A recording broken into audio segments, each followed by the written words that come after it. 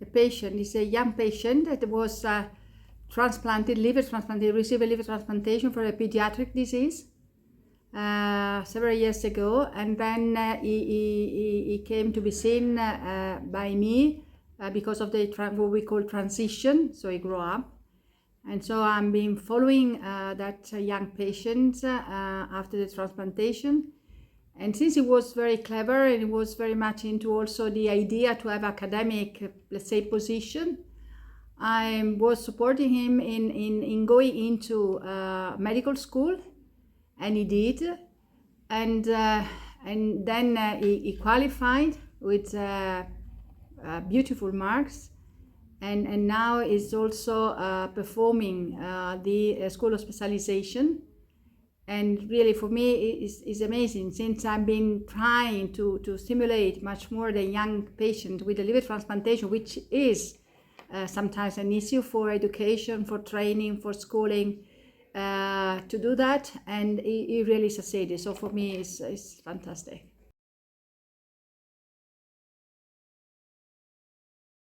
I think it's himself, first of all. He has a very strong behavior. And surely I realized that he was very precise in performing all the liver function tests, attending the outpatient clinic, and so surely himself. But then the experience to have such a huge operation when he was a child, and to feel himself different from the other children.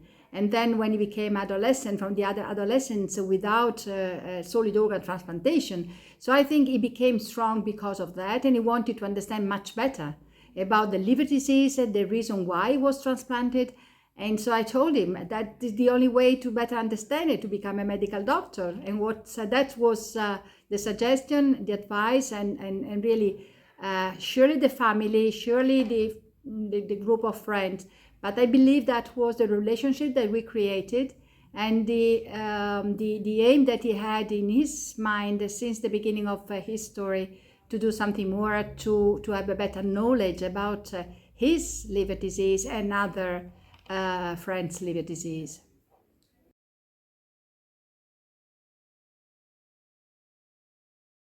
Let's say that he had a supportive family.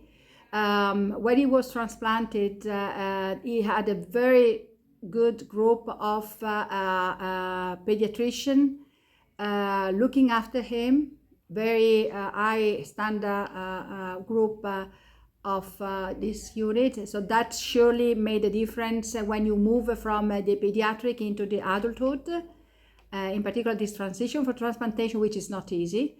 So I would say that the family, pediatrician, surely the surgical group that operated him years ago when I was a child, as I said.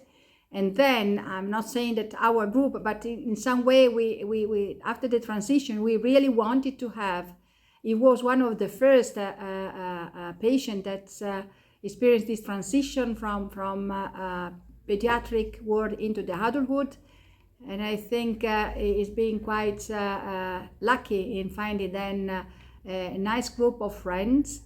And when he started to study medicine, he had a good relationship with some other friends, and those friends helped him in proceeding and trying really to get into the end of the School of Medicine. He finished on time, and then he succeeded also to become part of the School of Specialization after the graduation.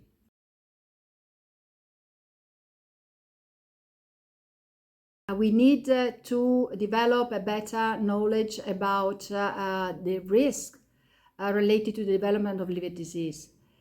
And surely there are modifiable factors, and we absolutely have to diffuse this information, educate and training at medical school our students. We have risk factors today, like the consumption of beverages containing alcohol, not only, also for drinks containing high concentrate of sugar, and the risk to have to develop steatosis of the liver, and even obesity, even diabetes in the young population, that could lead into the liver disease. Then we have the family of the virus, viral hepatitis, which is under control, better under control than it used to be in the past. But let's say with the lifestyle modification, we can really teach our junior in order to avoid to develop in the early stages of their life different kind of liver diseases.